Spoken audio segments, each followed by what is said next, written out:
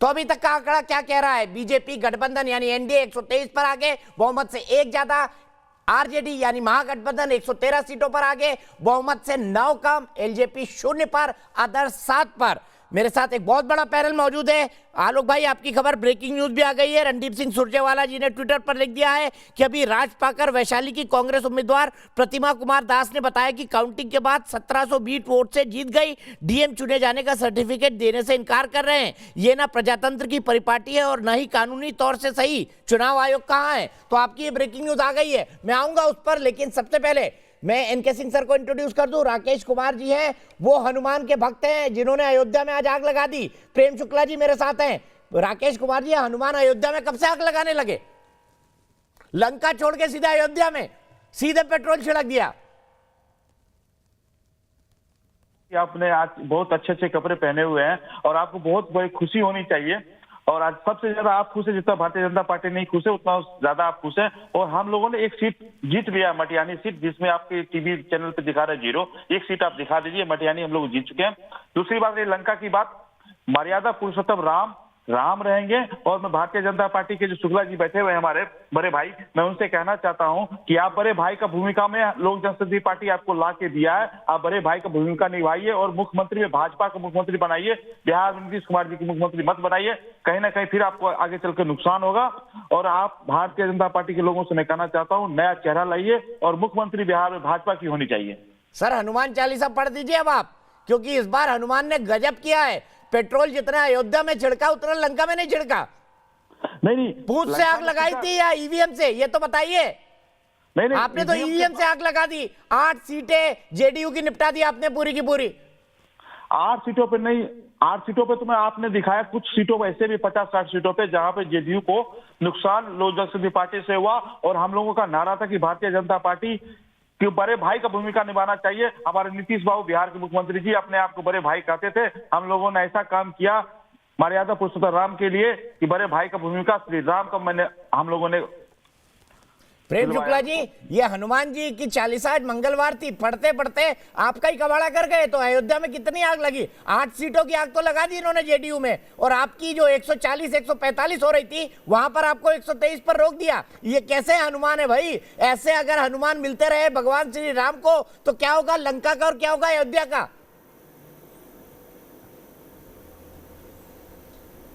नहीं, ये हनुमान जो है एनडीए के लिए इन्होंने निश्चित तौर पर जिस तरह से राम काज करना होता था हनुमान का काम, तो एनडीए का काज तो नहीं हुआ है।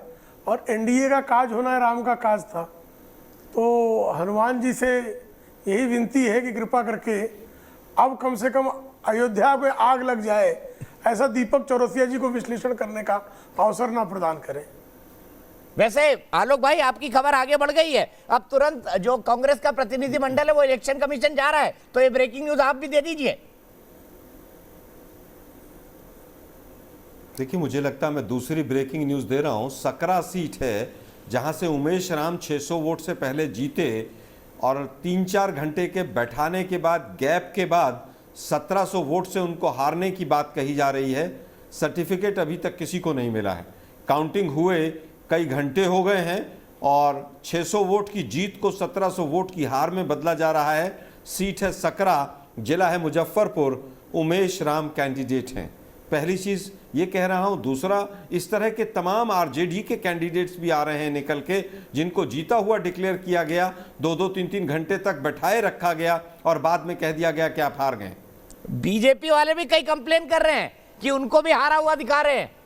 अभी एनआई पे कई सारे बीजेपी वाले आपको देख देख के वो भी सीख गए कि हम भी हल्ला मचाते हैं।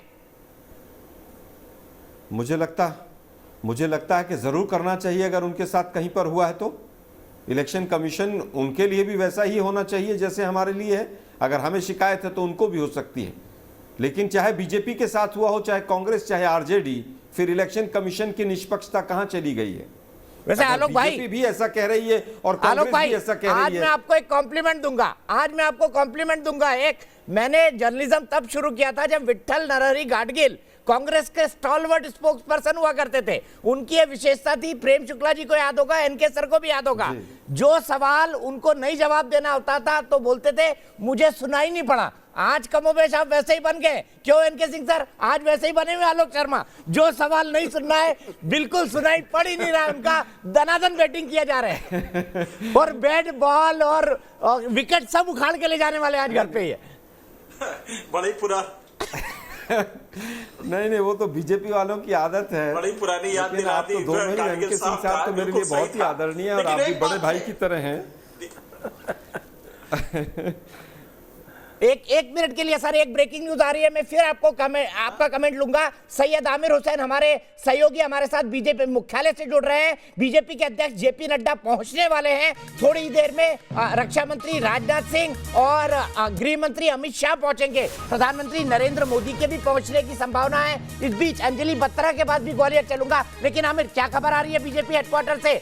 इसका मतलब अब औपचारिक मोहर लग चुकी है कि भारतीय जनता पार्टी ने अब बिहार चुनाव जीत लिए हैं। देखिए, जब से यहाँ पर माहौल धीरे धीरे गर्म होता जा रहा है, और आपको बताएं कि बीजेपी के बड़े नेता सारे लगभग पहुंचने वाले, जेपी नड्डा पहुंचने वाले, अमित शाह पहुंचने वाले, और उसके अलावा राजनाथ सिंह पहुंचने वाले। और खबर ये भी आ रही है सूत्रों के बारे से हमारे पास, हालांकि अभी तक एसपीजी नहीं आई है, क्योंकि पीएम जब भी कहीं भी जाते हैं, मूवमेंट करते हैं, तो उनकी सिक्योरिटी पहले पहुंचती है, वहाँ सारी चीजों को हैंडल करती है। अभी तक वो नहीं हुआ है, लेकिन पीएम के पहुंचने की उम्मीद जताई जा रही है। हम लगातार यहाँ पे पहुंचे हुए हैं और आपको बताएं कि यहाँ पर अब काफी ज्यादा उत्साह बढ़ गया है, क्योंकि जिस तरह से सीटों का रुझान जो नतीजों में तब्दील होता जा रहा है, वो साफ तौर पर संकेत दे रहा है कि अब एनडीए जो है वो फाइनल स्टेज पर पहुंचने वाली है। तो कुल मिलाकर के अब बहुत ही कम समय है, बड़े नेता लगभग यहाँ पे पहुंचने वाले हैं, कुछ बड़े नेता रास्ते में है, पहुंचने वाले हैं, और यहाँ पर कार्यकर्ताओं की भीड़ आपको बता दें लगातार बढ़ती जा रही है। तो कुछ ही समय बाद आप हो सकता है प्रधानमंत्री को इस मंच पे देखें, बीजेपी के मुख्यालय से देखें। ठीक है, अंजलि बत्रा ग्वालियर से मेरी एक दर्शक जुड़ गई है। अंजलि, लगातार कांग्रेस बात की बैटिंग कर रही है कि भाई चीटिंग हो रही है, चीटिंग हो रही है, चीटिंग हो रही है, मैच का परिणाम बदल रहा है। आपको क्या लगता है अंजलि, चीटिंग हो रही है या कांग्रेस पार्टी हार रही है या बीजेपी जीत रही है? आपका क्या प्रेडिक्शन है? दीपक जी, इसमें मैं कहना चाहूंगी, मैं किसी पार्टी विशेष पर टिप्पणी ना करते हुए कहूंगी कि हम ईवीएम मशीन पर जो आरोप लगा रहे हैं कि ईवीएम मशीन में चीटिंग हो रही है, इस तरीके के काम हो रहे हैं, कहीं ना कहीं भारत का जो लोकतंत्र है वो पूरे विश्व में विख्यात है कि हाँ, पूरा विश्व भारत के लोकतंत्र की तारीफ करता है। और अगर हम इस तरीके की बात करते हैं तो बहुत ही निंदनीय बात है। आरोप प्रत्यारोप करने से कुछ नहीं होगा, कार्य करने से काम चलेगा। और ये जन आदेश है, जन आदेश का सम्मान हमें करना होगा, चाहे जो बीजेपी सीट जीत रही है या कांग्रेस सीट जीत रही है। देख लिया आलोक जी, अब दर्शक भी आपके लिए कहने लग गए। लेकिन एनके सिंह सर के पास चलूंगा। एनके सिंह सर, आलोक शर्मा जी बिल्कुल विट्ठल नरहरि गाडगिल की तरह परफॉर्म कर रहे हैं। दे देता हूं दर्शक महोदय को, मैं 1 मिनट में आ रहा हूं एनके सिंह सर के पास। नहीं, मुझे लगता है कि आडवाणी जी और तमाम जो बीजेपी के लीडर्स ने आज तक आरोप लगाए हैं, शायद वो क्या थे फिर? सर 2009 में आप क्यों डिफेंड कर रहे थे ईवीएम अच्छी है, ईवीएम अच्छी है? क्यों आप बाकायदा सुप्रीम कोर्ट के अंदर एफिडेविट दिए जा रहे थे? क्यों राजीव जी ईवीएम लेकर आए? इतना गंदी है तो एक पिटीशन फिर डाल दीजिए। हालांकि सुप्रीम कोर्ट ने आपकी पिटीशन ईवीएम पर टर्न डाउन कर दी थी और कहा था कि ईवीएम की इम्पार्शियलिटी पर अगर आपको यकीन ना तो एक बार टेस्ट चेक करवा के देख लीजिए। उन्होंने तो बाकायदा एसओपी डिक्लेयर कर दिए थे सुप्रीम कोर्ट ने, और आपने भी माना था उसको अंततः। दीपक लेकिन एनके सिंह सर से जवाब ले लेता हूं, फिर मैं आपके पास आता हूं आलोक भाई। एनके सिंह सर, नहीं कोई जी जरूर। देखिए दीपक जी, आलोक जी का जो आरोप है वो ईवीएम पे नहीं है और मेरे ख्याल से होना भी नहीं चाहिए। हम लोग कम से कम 15 साल से ईवीएम को टेढ़ा करके, बेढ़ा करके, पटक के, खोल के हर एक्सपर्ट से दिखा चुके हैं ईवीएम में टैंपरिंग असंभव है। ये मैं अपने एक्सपीरियंस से कह सकता हूं, ये असंभव है। अब जो आलोक जी का जो आरोप है वो दूसरा है। आलोक जी का आरोप ये है कि डीएम ने बाहर निकल के कहा कि 1760 सीटों से वोटों से आप जीत रहे। 1720 उसने इनफॉर्मली कहा हो, लेकिन अगर आप जानते हैं कि हर राउंड 1720 हर राउंड पे दस्तखत होते हैं और ये राउंड सिस्टम है। एक राउंड हुआ फिर अपना जो रिप्रेजेंटेटिव कांग्रेस का बैठा है, बाकी पार्टीज के बैठे, उनके दस्तखत होते हैं। अब अगला राउंड हुआ, फिर उस पर दस्तखत हुए। तो ऐसा कौन सा राउंड है जिसपे कि अचानक डीएम को 1720 उल्टा लगने लगता है? तो लिहाजा मुझे लगता है कि उसने इनफॉर्मली कहा होगा, और किसी अगर कैंडिडेट ने ऑब्जेक्शन कर दिया है, किसी कैंडिडेट के रिप्रेजेंटेटिव ने ऑब्जेक्शन कर दिया है, तो रिकाउंटिंग होती है, ये सिंपल सी बात है। लेकिन अगर कांग्रेस एक आरोप लगा रही है तो मुझे लगता है कि उसमें कोई दिक्कत नहीं है, रिकाउंटिंग आप करवा लें, क्योंकि हर राउंड के बाद वो रिकॉर्डेड है। जैसा दीपक जी आपने बताया, रिकॉर्डेड होता है, उसमें घपला के चांसेस बहुत कम है। लिहाजा अगर अच्छा दीपक बताइए कि उसने डीएम ने अगर उसको मैनिपुलेट करना था तो अभी अभी आके उसने बताया क्यों, और बताने के 2 मिनट बाद वो पलट जाता है। तो मुझे लगता है कि ये अगर कांग्रेस का आरोप है तो बिल्कुल जांच हो। आप आलोक भाई को क्यों तर्कों से जवाब दे रहे हैं? लगा रही तो हल्की बात नहीं। मुझे समझ नहीं आ रहा आप आलोक भाई को क्यों तर्कों से जवाब दे रहे हैं? क्यों आप इनको तर्कों से जवाब दे रहे हैं? अभी उन्होंने जो फोकस मान के रखा हुआ है, लाइट कम फोकस ज्यादा उनका उधर ही रहेगा कि डीएम गड़बड़ कर रहा है, इलेक्शन कमीशन गड़बड़ है, ईवीएम खराब है, चुनाव हम हार नहीं रहते, चुनाव हमको बीजेपी ने हरवा दिया। लेकिन एक पॉजिटिव नोट पे प्रेम शुक्ला जी, आपदा में अवसर, प्रधानमंत्री जी के ऊपर जितने भी एलिगेशन थे, चाहे लॉकडाउन को लेकर हो, चाहे कोविड मैनेजमेंट को लेकर हो, चाहे ये आरोप हो कि भाई 21 दिन में आपने तो कोरोना ठीक करने का दावा किया था, जो कांग्रेस पार्टी ने कई बार बोला, आपको नहीं लगता इन सब सवालों के जवाब आज इन उपचुनाव और बिहार के रिजल्ट के बाद जनता ने दे दिए हैं? Thumbs up. निश्चित तौर पर आदरणीय नरेंद्र मोदी जी का जो कृतित्व है, जो व्यक्तित्व है, उसको कोरोना काल में, मंदी के काल में, महामारी के काल में, महामंदी के काल में जनता ने उनके प्रति विश्वास व्यक्त किया। गुजरात में व्यक्त किया, मध्य प्रदेश में व्यक्त किया, बिहार में व्यक्त किया, उत्तर प्रदेश में व्यक्त किया। सब जगह कोरोना के बाद पहली बार इतने व्यापक चुनाव, विधानसभा के चुनाव बिहार में, और उसी तरह से जो है बाई इलेक्शन मध्य प्रदेश में, तो लगभग जो है कितना बड़ा बाई इलेक्शन है, 28 सीटों का है। ऐसे में सीधा जनता ने जनादेश दिया और विपक्ष को एक सबक भी दिया है कि आप नकारात्मक राजनीति से मुक्ति प्राप्त कर लें, आप असत्य की राजनीति से मुक्ति प्राप्त कर लें, आप हवाई किले दिखाने से मुक्ति प्राप्त कर लें। अब देश की जनता बहुत सुज्ञान है, जानती है, उसके पास बहुत सूचनाएं हैं, और सूचनाओं को विश्लेषण करके निर्णय लेने की उसकी क्षमता जो है विकसित हुई है। ठीक है आलोक शर्मा जी, 30 सेकंड का एक जवाब। क्या आपको नहीं लगता प्रधानमंत्री के कोविड मैनेजमेंट, लॉकडाउन मैनेजमेंट, इस सब को थम्स अप दे रही है जनता? और फिर इसी सवाल के साथ एक लार्जर पर्सपेक्टिव के लिए मैं एनके सिंह सर के पास जाऊंगा। आलोक जी। देखिए मुझे लगता है कि अगर मोदी जी सकारात्मक प्रचार कर रहे थे तो एक एक दिन में 100 बार जंगल राज शब्द का इस्तेमाल करके बिहार की जनता को क्यों डरा रहे थे? आप कह रहे थे कि किडनैपिंग का कॉपीराइट किसी पार्टी के पास है, ये देश के प्रधानमंत्री के शब्द हैं।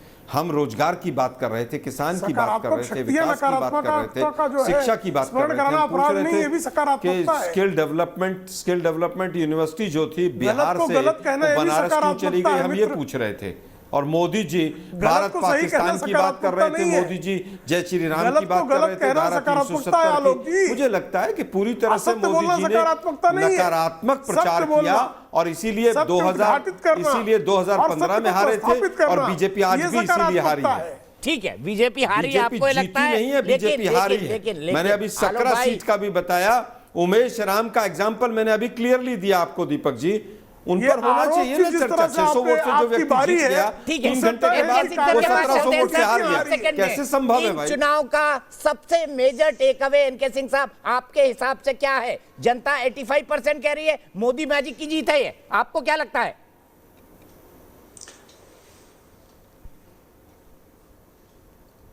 देखिए एक बात बहुत साफ है कि अगर मान लीजिए, हम तो इसको रिवर्स लॉजिक से देखते हैं, एक प्रक्रिया होती है रिवर्स लॉजिक।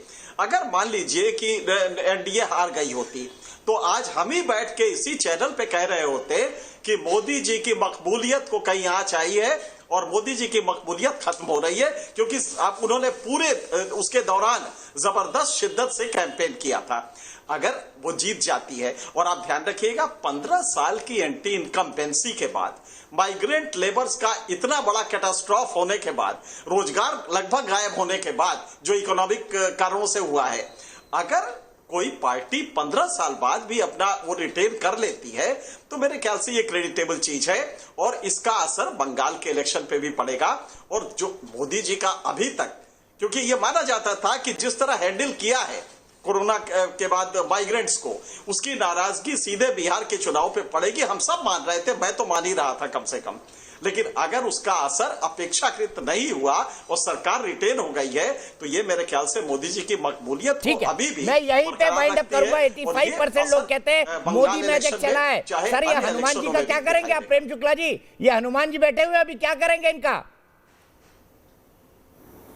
मुझे लगता है हनुमान जी को भी भगवान श्री राम को कंधे पे बिठा के ले जाना पड़ेगा।